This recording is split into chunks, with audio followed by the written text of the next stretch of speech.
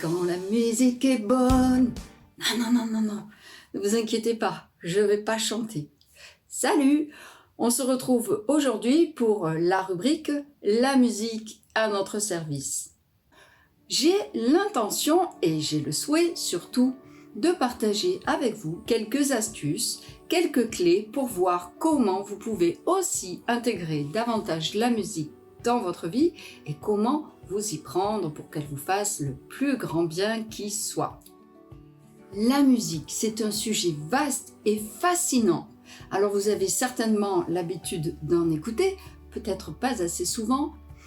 Alors si vous me connaissez déjà, vous savez que nous parlons dans mes vidéos de bien-être, de comment nous accorder l'importance que nous méritons pour être bien avec soi-même, mais avec toi aussi, avec toi et avec toi, pour être bien tous ensemble et pour mieux vivre et avoir une vie tranquille, épanouissante, satisfaisante. Et pour cela, c'est toujours bien d'aller voir en soi ce qu'il se passe, petit voyage intérieur.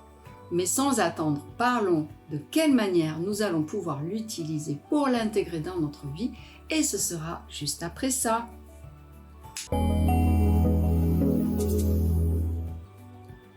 L'expression de nos émotions. La musique a une faculté insoupçonnable presque de susciter et d'exprimer nos émotions les plus subtiles, les plus enfouies. Et elle va nous permettre de révéler nos sentiments, sentiments que nous allons exprimer en allant au-delà de nos propres mots.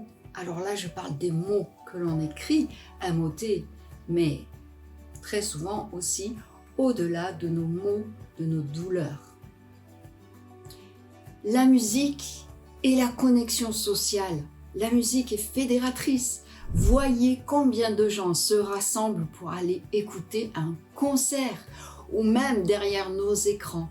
Nous sommes capables d'être des milliers, des milliards, des centaines de milliers, si nous ne sommes pas des milliards, à écouter un chanteur qui passe à la télé parce qu'il va susciter au même moment chez nous tous de l'enthousiasme, de la joie et nous donne un sentiment d'appartenance, de communauté et cela est fort agréable, fort réjouissant. Un art qui permet de créer des liens, un art qui rassemble, un art qui donne de la joie de vivre à chacun d'entre nous. La musique a donc une influence sur notre humeur puisqu'elle passe et elle joue sur nos émotions. Donc si vous êtes de mauvaise humeur, eh bien mettez-vous de la musique qui va vous mettre en fête. Et si vous êtes rayonnant de joie intérieure, eh bien profitez-en et mettez la musique à fond et mettez-vous à danser votre vie. La musique va donc nous aider à réguler notre stress, à diminuer notre anxiété, à nous apaiser et même à nous centrer et nous concentrer. Alors, nous centrer, revenir en soi, avoir conscience de ce qui se passe autour, avoir conscience de nos pensées, de nos actes, de nos gestes. Et puis, pour nous concentrer, eh bien, je le témoignais dans le livre À la mode de soi, mes enfants, lorsqu'ils étaient ados, travaillaient leurs devoirs en mettant du rock à fond. Et je ne comprenais pas cette façon de travailler. Mon fils, c'était plus le rap. Et puis, pour ma part, ce sont donc les petits oiseaux. Alors ça, pour me concentrer, il n'y a rien de tel. Et toi, dis-moi, est-ce que tu as besoin de musique, de sonorités qui te font du bien et qui vont tendre à réguler ton humeur ou à changer ton humeur, par exemple, lorsque tu travailles? Mets-moi cela en commentaire. Et au niveau de la stimulation cognitive, nous savons que la musique a des effets sur notre cerveau totalement uniques. Elle est associée à des améliorations de la mémoire, de l'attention et de la créativité. De plus, la pratique d'un instrument de musique est très souvent associée, très souvent liée aux capacités que l'on déploie à long terme. on relève une meilleure capacité à la résolution de problèmes, mais on dénote aussi des capacités linguistiques améliorées. Donc c'est promis, vous aurez une vidéo sur des détails techniques des effets de la musique sur le cerveau par le biais de la méthode que je pratique, donc la méthode Tomatis. Exprimer notre identité culturelle et notre identité personnelle, cela, la musique va nous le permettre. Les différents genres musicaux, les traditions musicales permettent de refléter la diversité de l'humanité et elle va servir de véhicule pour transmettre des valeurs, mais aussi des croyances. J'entends mon instrument qui résonne, alors je me suis dit, tiens, le coussin a dû tomber, j'avais mis le coussin au début pour éviter la résonance. Voilà, donc elle permet de véhiculer donc ces valeurs, ces croyances, et puis de révéler aussi, de témoigner d'histoires qui sont totalement personnelles. Par exemple, vous prenez les Inuits, et les Inuits, eux, ils vont raconter leur histoire de vie ou régler des conflits en utilisant la musique. Ils le font par le biais du chant. Et pour la création d'ambiance, eh bien oui, la musique a aussi cette faculté d'agir sur l'ambiance de notre environnement et de influencer ou de modifier la façon que nous allons avoir de nous comporter. Alors, aujourd'hui, nous allons donc aborder la musique dans notre vie et voir s'il y a des choses dont nous allons avoir besoin. Alors, sur mes recherches, j'ai voulu trouver une réponse à la question « Est-ce que les Français écoutent suffisamment de musique ?» Et la réponse que j'ai trouvée, c'est 84% des Français écoutent de la musique digitale au moins une fois par jour. 34% des Français en écoutent de 1 à 5 fois par semaine. 12% des Français en écoutent de 1 à 3 fois par mois. Et 4% des Français en écoutent beaucoup moins. On peut lui attribuer aussi la capacité d'être une créatrice d'ambiance. Et de fait, elle va nous faire vivre nos expériences sensorielles de manière totalement différente, selon les ambiances dans lesquelles on va se trouver ou l'ambiance que va générer la musique. Eh bien, au fil des exercices que nous allons aborder avec la musique, vous allez pouvoir constater si dans telle situation, par exemple une situation qui vous est difficile, si la musique va vous porter et vous permettre de la vivre plus sereinement, ou bien vous allez pouvoir voir si une activité que vous aimez faire et vous mettez à contrario une musique que vous n'aimez pas, est-ce que ça va agir aussi sur votre ressenti, sur vos capacités sensorielles? Est-ce que à ce moment-là, vous allez avoir moins de facilité à faire ou ne pas faire, à agir ou ne pas agir? Alors en tant que musicothérapeute, j'utilise différents instruments avec des timbres différents, avec une dynamique différente, des instruments à percussion ou bien des instruments sonores. Donc le timbre, la rythmicité, tout cela va changer, va modifier le contexte et en fonction de l'axe vers lequel je me dirige, de l'axe thérapeutique qui est choisi, je sais pertinemment quel instrument ou quel mode opératoire par la musique va être pertinent pour justement aboutir au résultat attendu. Et bien ensemble, nous allons faire aussi ces petits exercices en musique et voir comment la musique justement peut agir sur nous. Alors maintenant, qu'est-ce que tu vas faire? Eh bien, tu vas déjà faire un petit bilan de ce que tu as chez toi pour pouvoir pratiquer les exercices en musique. Donc je te rappelle que si tu es musicien, c'est très bien. Alors ce que tu vas faire, c'est essayer de te détacher de ce que tu connais déjà et tu vas voir si tu peux aborder ton instrument d'une manière différente. De la même façon, si ton instrument c'est ta voix, tu peux voir si tu peux l'aborder d'une manière différente. Alors j'insiste un petit peu sur cela parce que lors d'un atelier, j'ai un ami guitariste qui est venu le pratiquer et qui me disait régulièrement j'ai du mal à le faire parce que comme je connais l'instrument, comme je connais la musique, en fait il était toujours dans son analyse par rapport à ce qu'il connaît. Or là, nous sommes en train d'utiliser la musique plutôt sur un aspect psychologique, sur un aspect sensoriel. Et donc, qu'est-ce qu'il faut pour cela? Eh bien, il faut être dans le lâcher-prise. J'oublie tout ce que je sais et je l'aborde d'une manière différente. Et si c'est un exercice que je vais faire, que j'ai déjà élaboré, eh bien, tout est unique en fait. Chaque fois que nous faisons quelque chose, c'est quelque chose d'unique, même s'il est répété. Il ne va être jamais absolument à 100% pareil que la fois précédente. Je ne vais pas rentrer dans les détails, mais je peux vous dire que c'est impossible de faire absolument 2 fois pareil. Même si vous peignez 2 fois le même tableau et vous ne voyez pas la différence, ce ne sera pas le même tableau.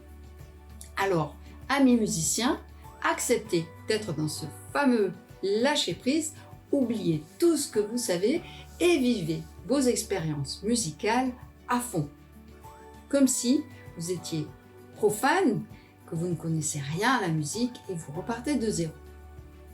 Quant à vous, amis non musiciens, eh bien, vous allez voir un petit peu tout ce que vous pouvez faire alors que vous ne l'imaginez peut-être pas. Donc on va essayer de voir un petit peu autour de soi ce que l'on possède déjà, ce que l'on pourrait avoir comme nécessité, musicalement parlant. Et donc pour cela, je vous ai préparé un petit tableau. Je fais la petite parenthèse, j'ai écrit un livre qui regroupe les exercices coaching, les exercices musicaux pour notre bien-être, pour notre avancée et nous accorder notre importance essentielle. Savoir s'occuper de soi, c'est savoir s'occuper de nous et des autres. Ne l'oublions pas. Donc vous retrouvez dans ce livre les exercices que vous pouvez pratiquer et dans celui-ci, vous pouvez ainsi trouver l'exercice dont je vous parle aujourd'hui. Et vous pouvez demander également votre e-book. Il suffit juste de suivre le lien, vous écrivez « Je souhaite recevoir mon e-book », vous cochez la case qui correspond et vous recevrez cet e-book qui est offert pour mettre vos exercices en pratique. Alors, tu dois avoir peut-être téléchargé tes PDF. Si tu les as imprimés, c'est d'autant mieux. Sinon, tu le vois sur l'écran. Donc, il s'agit de faire un petit bilan de ce que tu as, de ce que tu sais, ce que tu connais par rapport à la musique avant de pouvoir commencer donc les exercices facilement. Donc, avant d'intégrer la musique, qu'est-ce que tu fais? Tu commences par noter ce qui peut te manquer. Donc, tu regardes au niveau du matériel.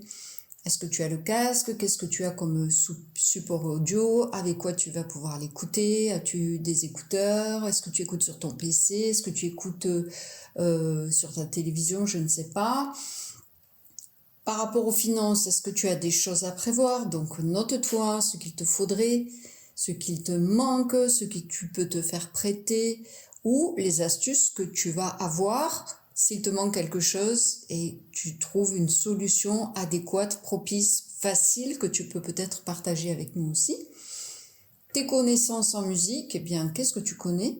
Comme ça, tu vas pouvoir savoir de suite, selon le sujet dont on parle, voilà, si tu vas être dans le détachement, dans le lâcher-prise ou si tu vas pouvoir utiliser tes connaissances justement ou réviser un petit peu ce que tu as pu oublier. Par exemple, tu as pu pendant une certaine époque écouter pas mal d'auteurs d'un même style et puis ça fait longtemps que tu n'y es plus revenu, tu as oublié certains chanteurs ou certains titres ou même des paroles et ça va être l'occasion pour toi d'y retourner. Tes sorties, musicalement, est-ce que tu sors? Est-ce que tu as l'occasion d'aller au concert?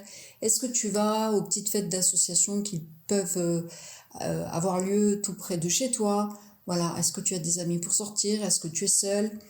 Et ensuite, est-ce que tu veux apprendre la musique? Est-ce que tu t'es déjà intéressé à cela? Est-ce que tu vois des tutos? Est-ce que tu as pris des cours? Est-ce que tu as des souvenirs d'un apprentissage qui sont bons, qui sont moins bons? Voilà, ce que je t'invite à faire, c'est faire ton propre bilan par rapport à la musique. D'ailleurs, j'oublie quelque chose de très important.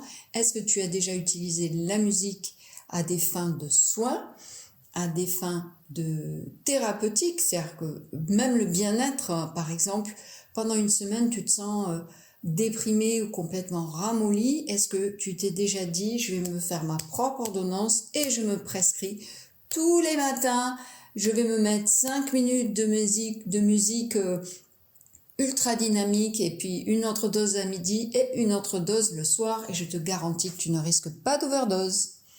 Voilà, donc fais bien ton petit bilan et puis comme ça, pour la prochaine fois on se retrouve, tu pourras vraiment bien faire, mettre en pratique tous les exercices et surtout ne pars pas parce que maintenant je te présente mon instrument. Retenons que la musique est une force puissante qui va agir de façon différente dans nos vies. Elle nous permet de nous connecter les uns les autres. Elle nous permet de nous exprimer. Elle nous permet de modifier nos sensations. Elle va stimuler notre cerveau et célébrer notre identité personnelle et culturelle. Voilà les amis, donc vous voyez, j'ai pris mon instrument juste avant de vous dire au revoir pour cette semaine. La semaine prochaine, on se retrouve pour la rubrique Reconnexion à soi. Je vous rappelle, partage entre exercice coaching et la semaine suivante, expression par la musique et le son, comment intégrer la musique dans notre vie pour un mieux-être. Donc là, je vous montre l'instrument que vous avez vu là sur le côté. Donc certains de vous le connaissent. Vous avez vu comme il est vraiment très très très joli. Et donc je me le suis acheté pour pouvoir l'utiliser en musicothérapie. Je vous fais écouter un petit peu la sonorité.